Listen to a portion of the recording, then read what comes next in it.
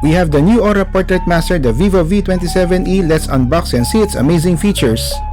The packaging of the vivo V27e is made of thick cardboard material clad in an all-silver colored box with a holographic Vivo logo on the top cover. Inside the box, you have the following contents: the vivo V27e unit, clear protective case, warranty card and quick start guide, 66 watts flash charge adapter, USB-A to USB-C cable, SIM ejector tool, screen protector that's already pre-applied.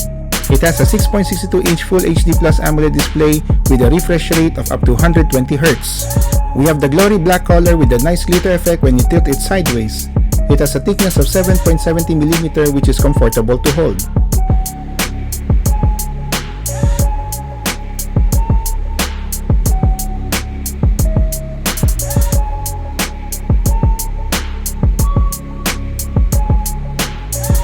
It has an 8GB RAM with support for virtual RAM expansion up to another 8GB, bringing the total memory to 16GB.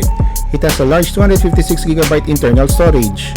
The vivo V27e is equipped with a 64MP OIS ultra-sensing triple rear camera using a Sony IMX766 sensor and a 32MP HD front camera for your selfie. It also has a built-in hybrid EIS plus OIS dual ultra stabilization feature, which helps you get stable photographs and videos.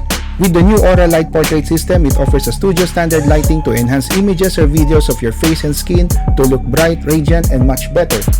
It's a studio in your pocket. It has a 4600 mAh battery with support for a 66 watts fast charge to quickly juice up the phone.